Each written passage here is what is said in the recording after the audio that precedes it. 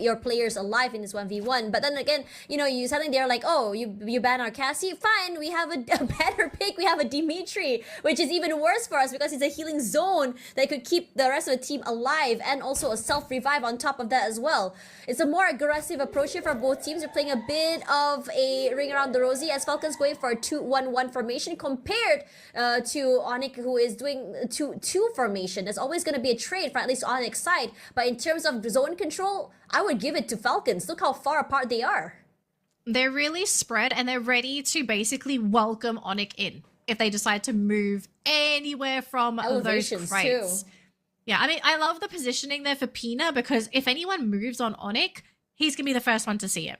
So, I mean, just looking at the position, I kind of feel like Onic are in trouble because they won't have any element of surprise, and like, it's very tough to shoot upwards. And look at where that circle is going to be. It's just going to go dead center. So Onic have to move, but they're really leaving it to when this circle finally starts shifting, which is going to be now. So what happens here for Onic? You have to run for that crate or any of the compounds. That's your only option here. And you have to pray you don't lose too much health doing so. Yeah.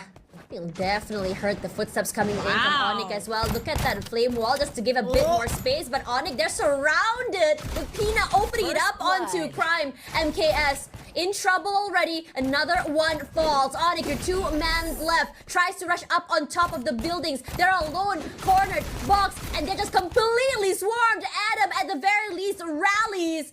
But in a 1v3, that's a lot to ask for. Running out of space and time. Puts in a lot of damage onto Pina. He wins it. But Falcons a little bit more proactive in terms of taking out space, a little bit more elevation and crossfires to set them up for success.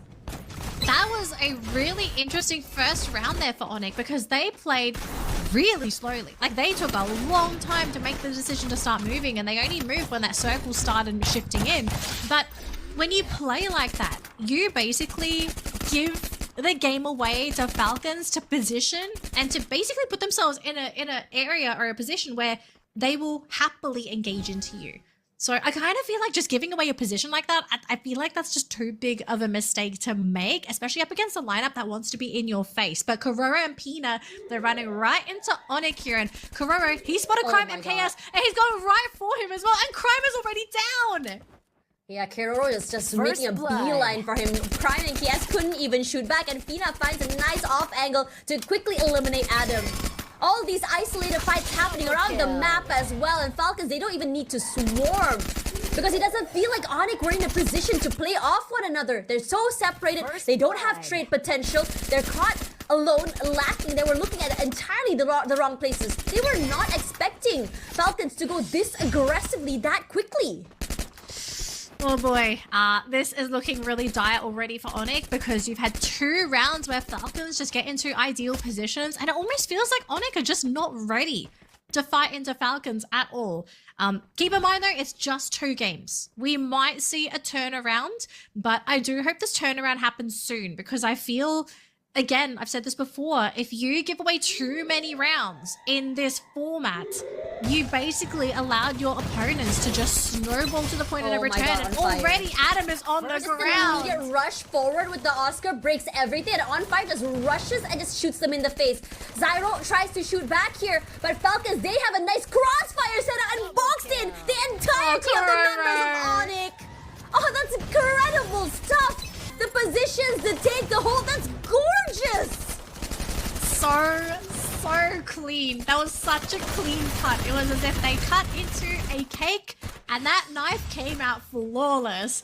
Falcons fans are going to be feeling really happy with themselves in this matchup, because this team is showing up. But on the side of Onic though, I'm a little bit worried, because you might be a little shaken, especially being 3-0'd already in your first 3 games in Clash Squad. But Onic, they still can turn this around, but they've got to find their footing. They've got to get that first pick. They have to find out a way to surprise Falcons. But every single time, it's Pina scouting things out for the team on that Tatsuya, just doing his job. I'm a fan of these layers coming in from Falcons here. Oh, look at Limit. Yeah, Limit's already so far forward. If, say, Onic gets shepherded back, Limit can just clean up house or just potentially can go for an isolated fight with Crime all the way in the backside here. Onic out in the open there, hasn't been spotted quite yet. It's a bit of chip damage rush forward here, and I think Falcon suspects it. Definitely, not too sure, but I think On Fire knows. Limit drops down, definitely saw the edge of that time turner, and they fall. With Putra, great opening onto Pina. On Fire trades very, very quickly, and the same can be said about Crime MPS as well. Crime MPS knocks his first player out as well, the same way of this On Fire as well. As they go for a reheal, brings themselves back into the game. Pina, his teammate, very much online again. As On Fire cleans up house, MKS here alone. It was a great start for Onic. It was aggressive, it was fast. They took that fight in stride. But Falcons just have better recovery here. And you're talking to a team that had a Dimitri, who is very much online to keep the team alive. Yeah, well, when you don't have that Dimitri around, then things get really tough. But already, Crime coming out with the ability of the firewall. Crossfire is good. And they just trade off. On Fire alone. Crime gets low. And On Fire finds a crucial shot upwards. It was so scrappy in the beginning because of the space taking, because of the movement as well. Both teams were just trading up left, right, and center. But that one moment of dead silence where you have Falcons being able to reset, just change the entire trajectory. And I like that Falcons are able to just really take a deep breath and stop for a bit before, you know, re-engaging again.